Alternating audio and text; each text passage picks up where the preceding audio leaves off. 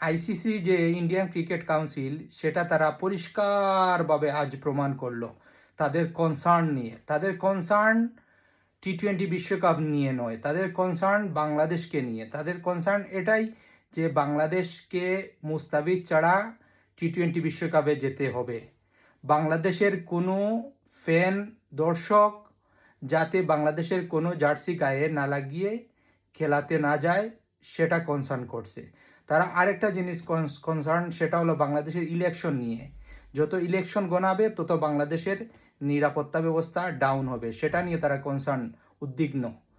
তারা সেটা নিয়ে উদ্বিগ্ন নয় যেটা ইন্ডিয়ার মালাউনেরা, যে উগ্রপন্থী মালাউনেরা বাংলাদেশের ক্রিকেটকে কতভাবে করেছে। প্রথমত মুস্তাফিজকে কলকাতা নাইট রাইডার্স থেকে বাদ দেওয়াতে বাধ্য করেছে ওই মালাউনেরা সেটা ভুলে গেছে যে ওই মালাউনিদের বাপের বাপ মালাউন মোদি ওর বউকে ইন্ডিয়াতে জায়গা দিছে। ওর বউ কি হিন্দু মুসলমান।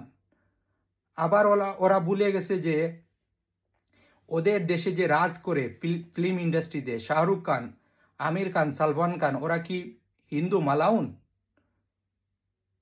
গাদ্দার জাতি। আমরা আইসিসির এই কনসার্নে কিছু যায় আসে না।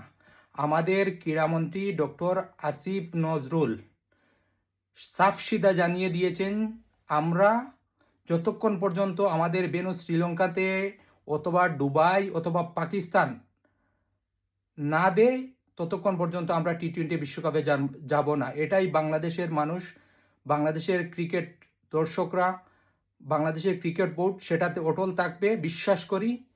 বাংলাদেশ জিন্দাবাদ। দিল্লি না ঢাকা, ঢাকা ঢাকা ঢাকা।